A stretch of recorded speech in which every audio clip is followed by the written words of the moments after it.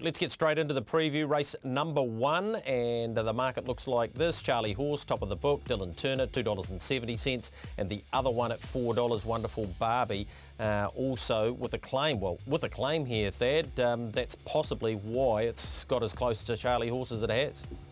Yeah, look, the horses that trifected this race back on the 21st of July, Charlie Horse, Wonderful Barbie and Sheriff's Daughter compete again, but we opened Charlie Horse up at 2.7, Wonderful Barbie 4. They haven't moved, but there certainly isn't, you would expect perhaps if you do like them to just hold fire, Greg. Every time I look back at this race, there's 2 horses in double figures that keep getting worse on my results page. One of them, Party at Parua, this horse causes headaches. 2 starts ago, win at 1 there. I think we opened at 26, closed at 13, a terrible result for us again, and they're in again. It's been 11 into 10. I see it shorter on Totes and Quaff. This might be the way for the locals to kickstart the day for John Wheeler. This horse also 11 into 10. I see much shorter on Totes currently, and a losing result for us. So a little bit of value outside the favourites in the first. Let's get to Brendan Popplewell. Just back to the hair thing. Those of us follically challenged are not really in a position to be bagging others, BP. So yes, I will be putting some money in, but no, I'm not on the salary that perhaps Bevan might be thinking. Let's try and get some money for people to put into this wonderful cause. I think Aidan's a little bit worried about that particular issue as well, but let's have a look at race number 1. Yeah, Charlie Horse, look, off the back of a couple of really nice wins as well over the 1800 metres in a special conditions race. You can see why the support is around this runner, Bevan. Absolutely. It's been a wonderful preparation for Stacey Dugan. This horse has just fronted up race in, race out. Big, strong horse on this occasion.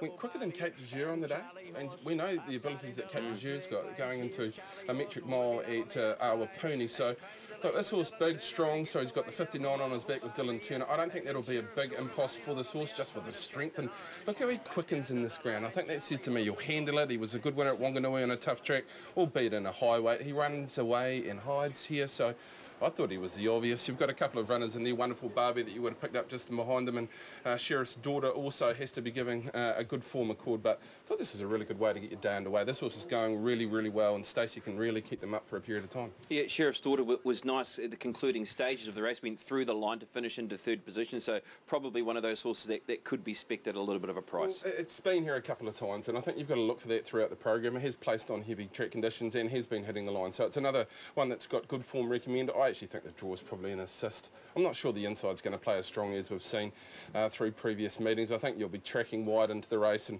we saw Charlie Horse there winning in the centre, so yeah, I thought Charlie Horse was a good bet, but they are speaking a few, as they'd mentioned.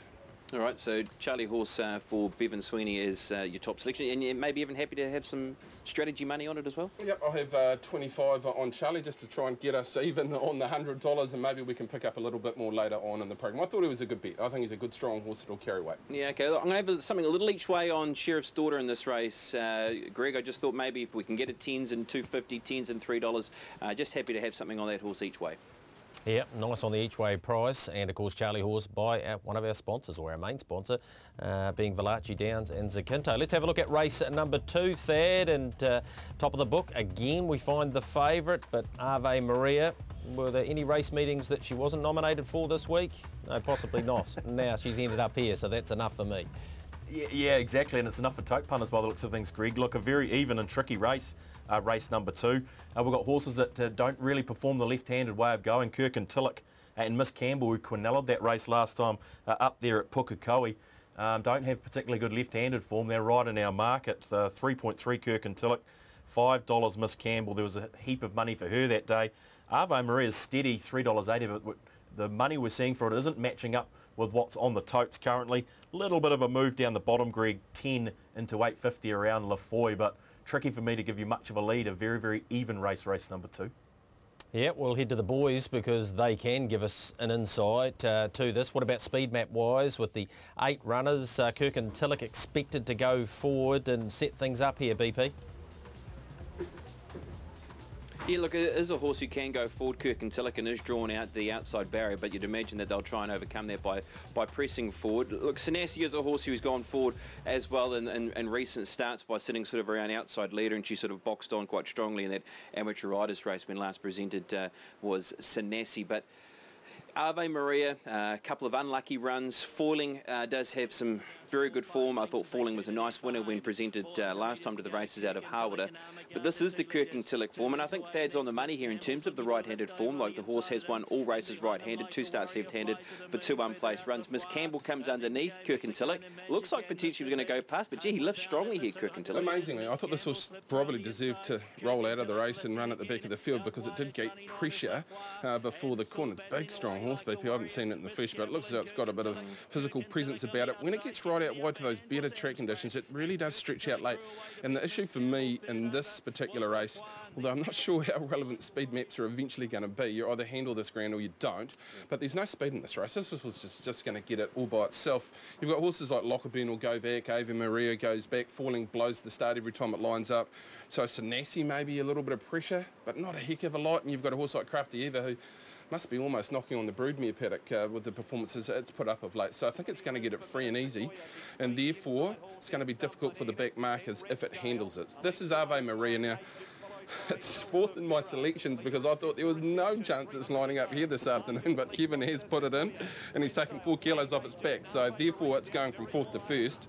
And I haven't changed those selections, and I will have 50 to win on this in my $100 strategy because it's got some ability, this horse. It was an absolute Monty beating with Luke Myers up on the second day of the carnival, and then it put up this performance under Rosie at Riccarton on the 11th of August. Talented horse. It'll need some speed in the race, but I think it's got the ability, and we should just mention our thoughts and prayers with Rosie and Kelly at a very difficult time with the loss of their father through the week. The funeral was yesterday, but clearly they'll be feeling it for a period going forward. So our thoughts and prayers with your girls and the family. Yeah, absolutely. I really do echo those thoughts, and the whole trackside family as well. So Ave Maria, look, it's a horse that I've made my top selection in the race today. I just thought with those recent runs and with the 4 kilos coming off with Taiki Yanagita, but yeah, a trick race as well, I thought, at the same time. Race number 2 on the program, Greg.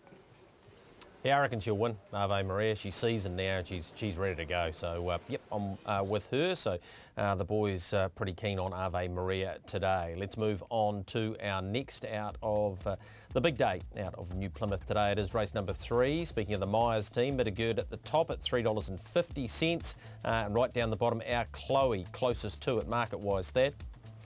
Yeah, look, Mitigerd took a stack of money when it travelled down south and only unfortunately came away with a couple of thirds, but customers got it exactly right last time, Greg, at Waverley. We opened her up perhaps a bit short, I think around 3.2, eased to $4 and ran second to the extremely well-backed Hartley, but they're back on today. So today, hopefully Mitigerd can break through for customers. Is a well-backed $3.50 favourite. Our Chloe certainly deserve a win, 4.8 currently. That will be right in the market come the close, enough support there. And the Smoke and Fire horse, Greg, is Kotahi for Lisa Latter. Now, yeah, look, on the video replays, you probably couldn't have it coming away from that Hartley and Mitigerd race at $10. Opened at 11 into 10. It's our worst result in the race currently, so someone knows something, Greg, around Kotahi, but Mitigerd today a well-backed favourite. Yeah, I think it deserves to be too, because I think the Hartley form will well and truly stack up. Let's have a look where we think they might land in this one. Otavio and Goodnight Irene, BP, both going forward. Yeah, Goodnight Irene is a horse who's shown some speed in some races in the north. Octavio's drawn the inside and is probably the one that they'll like to try and boot up with. Miss Lizzie's another one that can take a possible spot as well in the race. Look, how did you line up these runners, Bevan? I thought it was a tough race because what do you do with Mitigerd? They have been good performances, but you just want to see them get across the line. It loomed up a couple of times at Riccarton and just didn't quite finish off that last 100 metres, whether it's a concentration thing or maybe the horse just needs a senior hoop on. I know the horse has been ridden by apprentices or apprentice at the most recent start. This is Miss Lizzie now. She beats herself every time she lines up because she just refuses to settle. And this is a brave performance in behind a pretty smart sort of horse. And you see Mitigerd getting home nicely as well. There's Kotahi back in the field. Now, he was a month away from the races, so he improves massively out of that. And he did perform very nicely here on a wet track. So, look, if she settles, I think Miss Lizzie can win for sure. I'm going to go with Mitigerd, but I'm not putting any money on it myself personally because its form says it has to be in the race, but you just want to see them winning. I thought the 4 Miss Lizzie is a big chance if it can just settle a fraction and maybe just sort of get a little bit of a breather at some point in the race. I think that's in the mix. Outside of those, look, I wondered about Sky High Ra too in the mix, and Kotahi Look, I'd expect it to run a race, just between me and you. It was a month away from the races. They were always backing up into this day, so he'll be a sharp and improver, and I think the market is saying that as well. What about our Chloe, a horse who was really well backed? I know first up in a rating 65, then was beaten in a maiden next time to the races, in a 65 again today, and there's some money around. Yeah, it's an interesting one when they're up against 65 horses as a maiden. It's historically very, very tough to do. I think the run at Trentham, it's hard to get a line on that day because that's Louis won that race. Is he going to go bang, bang, bang through the grades? No, he's not. It was a very tough testing track condition, albeit a good performance by our Chloe. To chase home Olea Low is a good performance. I think there's no doubt of that because that horse will be running favourite in one of our features on the program. Lisa Allpress, a big assist, lightweight. I can see it being in the mix, absolutely. But I'm just not that keen on taking maidens against 65 horses that have been around the block a few times. All right, let's look at race number 3, Greg, and our next race we're going to look at is the Open over 1,300 metres, and a lot of interest around this race, especially with the apprentice claims. Yeah, definitely. Top of the book, of course, for us is the mighty performer in Scapolo, $8.50 and $2.20. Zinjite Muke claims the 3 here, so gets to the 59.5. This is where there's a great battle, isn't it, Thad, between Sleeping Beauty and the current favourite Rosewood, betting-wise anyway. Yeah, absolutely. Mouth-watering clash and customers really evenly split. You need your weights and measures gurus here, Greg. 56 kilograms for Rosewood. We know she can lump decent weight. She's been doing it all season and in fine style, but down to 50 kilograms around Sleeping Beauty. Look, we had a hard push on Rosewood early, but now the customers and the bulk of our customers out there are suggesting 50 kilograms for Sleeping Beauty is going to be enough to turn the table. So I don't know where this market's quite going to end up, Greg. They certainly got it down to 2. Obviously the locals, there's some support for Art Deco, as there should be. She's a talented mare and she loves her home track there at $7. And the outsider that they like is right down the bottom, Temple Tiger there at 21. I think opened up around 26. But yeah, I'm looking forward to this clash. Rosewood, Sleeping Beauty, 6 kilograms between them. And yeah, at this stage, I can't tell you which way they're going. We have had a $5,000 bet though on Sleeping Beauty to suggest at 320. She's the way to go. Well, she'll be going forward, we know that. Let's confirm that with the speed map and see where they might land here. There's a few of them likely to make their way up the front, but I think Sleeping Beauty might be able to get a break on Rosewood, and with the pull in the weights, that could possibly be the difference anyway, BP. Yeah, look, I think the early part of this race is so crucial, really. With so many horses that want to position up forward and running, who's going to be that horse that gets into a forward position but doesn't have to work too hard and maybe can just camp off it? I mean, you've got Perfect Harmony who's drawn out. You've got Shelley's Ace who can go forward. You've got an inside horse by the name of Admiral who can go forward as well. And as we spoke about there with Sleeping Beauty, I found this one of the most intriguing races of the day, really, Bevan, with everything that you pile into it. And look, this is Rosewood, and really, look, she has been a sensation around the Central Districts area this winter, and this is the effort at Awapuni. There's no more determined horse in the CD at the present moment. You look at her, the way she pins her ears back and she gets to the outside and she wants to be there and she wants to win. She's getting to 56 kilos, giving weight to some pretty strong horses, and as you can see there, she's not very big. She isn't big at all, little Rosewood, but she's just all attitude and will to win. She's got across a pretty smart sort of horse there in Dolcetto. Whether he's going as well as he has gone prior, I'm not so sure, but she's dominant at the line. She's giving a few horses a bit of weight here this afternoon, and she's going to get back. You've got horses, like, they won't beat Perfect Harmony to the top, because that's just Perfect Harmony's way and very hard to stop, although Daniel Johnson picks up the saddle here this afternoon. But Sleeping Beauty with 50 is going to be in front of her.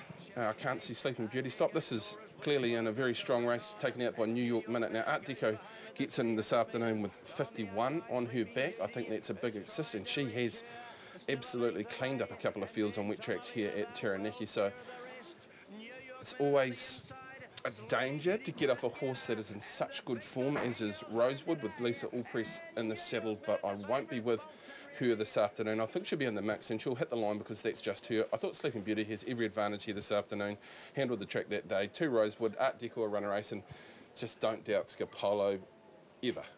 I don't think anyone should they? I mean, he's a horse who's won 20 races. I find this such a fascinating race, and I think probably a race that you'd imagine there's going to be some good betting turnover. I just think we're going to have great turnover all day. We wait to get that maiden race. So I'd be interested to see where those pools get to. I know the Winter Cup got up to a massive amount through the Rickett and Carnival. Keep an eye on this. This could be massive, and therefore prices aren't going to fluctuate that much on the tote because there's going to be so much money in there. So you'll have to play carefully final field against that tote market because you won't move it much with reasonable sort of investments.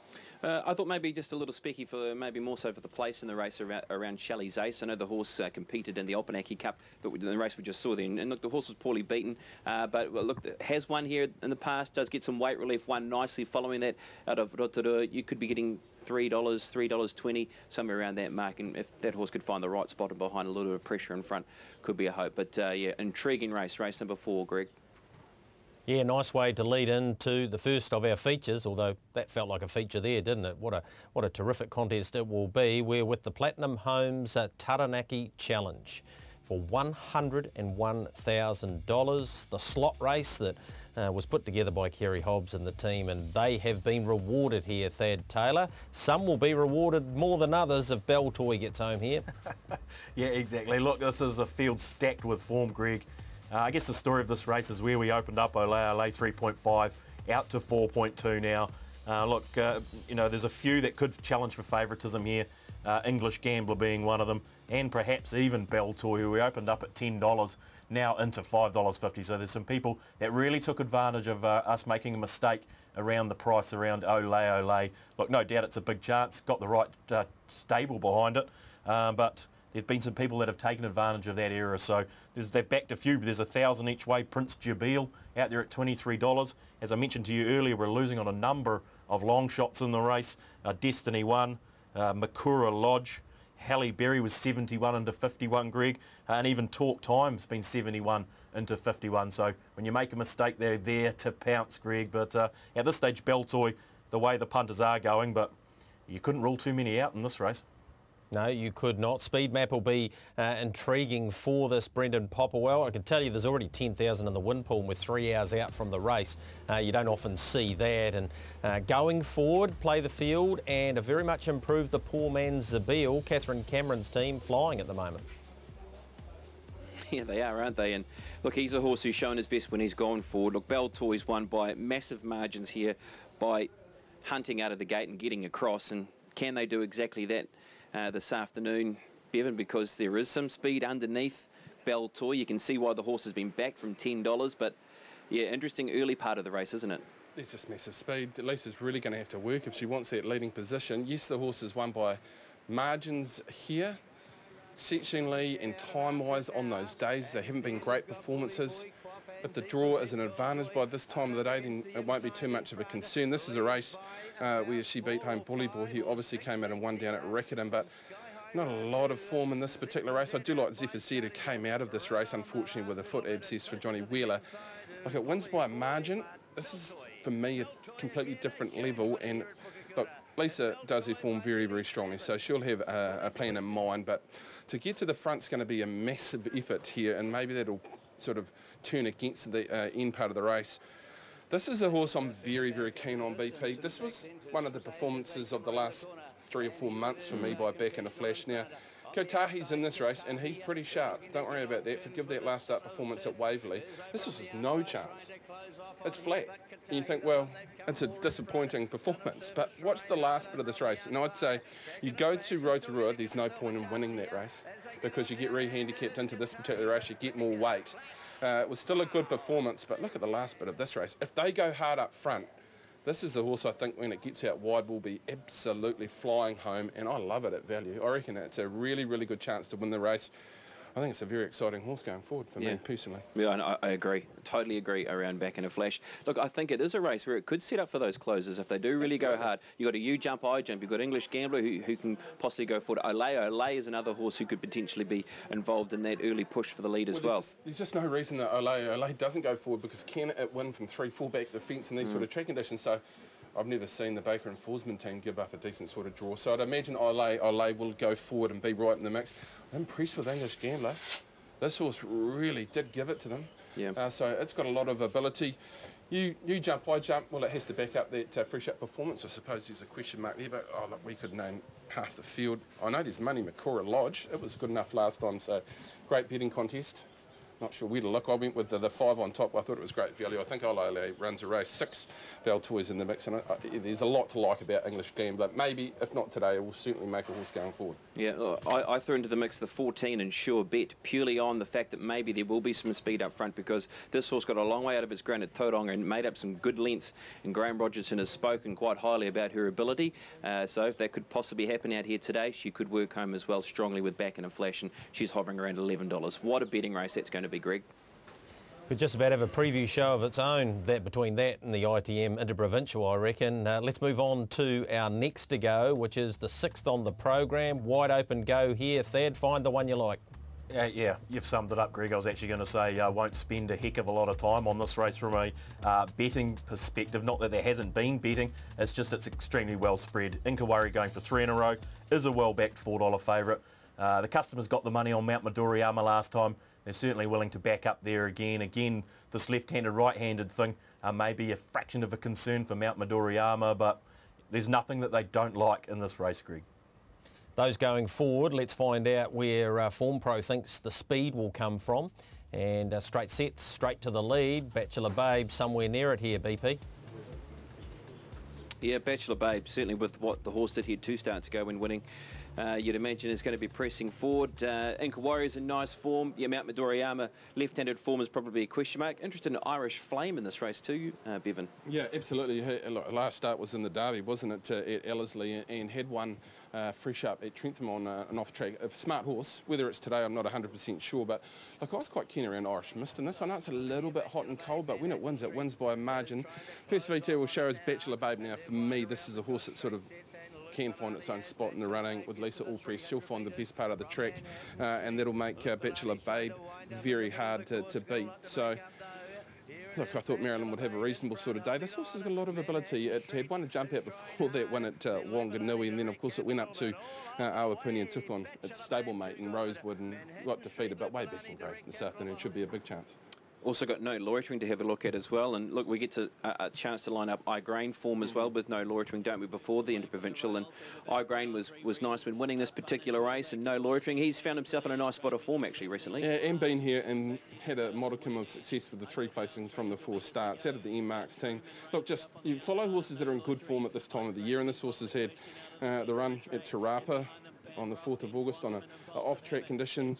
I don't think it's handled track conditions that well that'll be this deep here this afternoon, but it seems to have good constitution. It tries all the way to the line. It's not throwing it away there and trying to dig towards the inside, and you'll probably need that this afternoon. It's getting down to 55.5 against Inkawari 60. I think 60 for Inkawari is probably a bit of a concern here for mine this afternoon. Yep, so good betting race that one, Greg. Race number 6 on the card, and an even spread of money across all runners really. Race number 7 is the ITM Interprovincial. This concept, I'm not too sure how long it's been going. Perhaps you might be able to tell us. Bevan, $4 about Very Flash and Igraine. Not surprised that they're equal favourites here, and maybe Igraine might end up favourite, Thad. Is that how you read it? Yeah, you're spot on, Greg, and since we spoke about this race earlier, we have seen Very Flash just come back to join Igraine on that top line of betting at $4, so we haven't shortened Igraine. We've actually just twisted Very Flash out of fraction, so to $4, so now joint favourites in the race. Scott betting this race to around 123.5% at the moment, so a pretty fair percentage this far out. Dark Prince is the other one right in this market at $5. Of those 3, it's hard to split them. I'd suggest Igraine has been the best back. They do love her. She's 2 from 2. They love a picket fence form line around Igraine. But I mean, it's not to say Very Flash hasn't got one as well. I guess there is. The betting sort of suggesting to me, Greg, there is some trepidation around that 59 kilograms. Got a long shot move here for you, gentlemen. As Given was 61 in this race when we 61 when we opened up. Now into 31, so a bit of a push this morning at long odds for As Given, but potentially Igraine to start favourite in the Interprovincial this year. Okay, where's the speed coming from here with Form Pro? As Given, I would think, would go forward. Ticket to Ride is another one, yes, and Pasa Bache can also go forward. So they're the 3 we're expecting on the speed. None of the favourites in the first 3 or 4 here. Yeah, look, gee, a race where we've pretty much seen there and heard from Thad around the 2, 6 and 10 combination. Igraine She's created a bit of interest since she's arrived in the country, this imported mare, and she's done the job nicely. It's not to say very flash, hasn't been impressive as well. And the CD horse, Dark Princess, Linz and Matt Cameron combination again. She's a very smart horse. She was very, very dominant at Waverley once she got clear under a beautiful ride on this occasion by Rosie Myers. Really stretched out. You'll see Mauna Kea there just in behind Dark Princess. Now it's going to have to switch back to the inside. I thought it was very, very good and a little bit unlucky. If it had been on the back of Dark Princess, it would have been closer, but I don't think Dark Princess would have lost the race. But she's always shown a lot of ability. She really stretches beautifully here. The Harris to the inside is a pretty smart sort of horse to put a couple together, and you see Mauna Kea just poking up the inside. There has been money for Mauna Kea from a double figure price. She's got a fair bit of ability, this particular horse, so she's got to be in the mix. She's certainly one that you need on your tickets. I'm going to give you one here. Don't let Tabard go around without a ticket on it, because it just showed enough last start in behind King Cougar in the trail, over racing, never really got clear. This horse has been here, won on a premier day. He's been fiddling around, won Kevin Moz with Tabard. I think it's probably ability-wise up to every horse in this particular race. Just wonder if he set it for an 82 with 50,000 here this afternoon, and Mum's in the ownership. As you said, Kevin Myers fiddling around. It's about right, isn't it? Kevin Myers trying to set a horse up for a race, and Jason Waddell takes the rideable, that horse as well. All right, that's the ITM Interprovincial with 50,000. One to go, Greg. $26. And I can tell you the coat pullers were pulling the coat at Riccarton during the carnival too, suggesting that it might be able to do the business. So there you go. Right, let's get to the last and see where the market sits in the old Wooden Edge, Thad, a horse that you had a great association with. My old friend, they nearly went round last time, Greg, without $1 on it, and it nearly won. It's about the only time it hasn't been a horrible result for us. Taiki Yanagita sneaking up on the inside and ran second, fortunately probably for his supporters. That was his first go over ground, so perhaps that what they were waiting to see how he would handle it in this preparation over ground. They've seen it now. They're back on again today. Wooden Edge, $4.80. Hasn't moved off that opening line, but certainly very well backed indeed. Where Are You's the other one. This has been a decent move, Greg. $11 into 6. I've had every man and his dog on this morning. Des Coppins making it his value bet on Radio Trackside this morning. A number of four-figured bets prior to that happening as well. So yeah, we're a bit disappointed when Des found that one, as it was already a losing result. So they've really got it down to 2 in the last, Wooden Edge and Where Are You. Keep It Savvy. They got plenty of us 2 starts ago when it won at Manawatu at $12. A few attempted there, but here's the Cornella, Wooden Edge and Where Are You in the last. Yeah, certainly that's where the money is. Anyway, what about where they land in the final event on this terrific day? And the Naki, Century missed to find the front. Where Are You not far off the speed, and Wooden Edge the same. Always respect around Wooden Edge and where the money goes here, Brendan. Yeah, absolutely right there. And look, to be honest with you, 2 weeks ago when we did the Punters Lounge live, I was at Pukekura Park, and Thad Taylor said exactly the same thing about Where Are You in terms of the flood of money. So they've clearly doubled their bet to try and get their money back from last time. And what was a disappointing defeat, when beaten nearly 6 lengths into 5th position, they're having another shot at the stumps with Where Are You. What do you like in the last race, Bevan? I've always been a fan of high quality, so I'm not going to get off the ship. This is a horse for Jeff Haig that he's been patient with. It has probably been a little bit disappointing last preparation when we thought it was going to go through the grades quickly, but he walked onto the Woodville racetrack with a fair bit of confidence, and the horse delivered under Sam O'Malley, so it's getting the 4 kilos off again down to the 56.5. I won't be going against him. I thought Hard to Be Humble, if it's stoked up at the 600 metre mark, can get across the top of them. Wooden Edge, yes, certainly in the mix. I thought Where Are You in for 4th, and if you knew what was going on inside Keep It Savvy's head before the race, and you know it was on its game this afternoon, then you'd certainly be putting $1 each way, but it got one little check at Waverley and said, I've had enough, I'm out the back of this. Prior to that, it led up and just kicked away and won like a good horse, and it has raced well here, so it's one of those. Throw it in your quarter, you might get a result.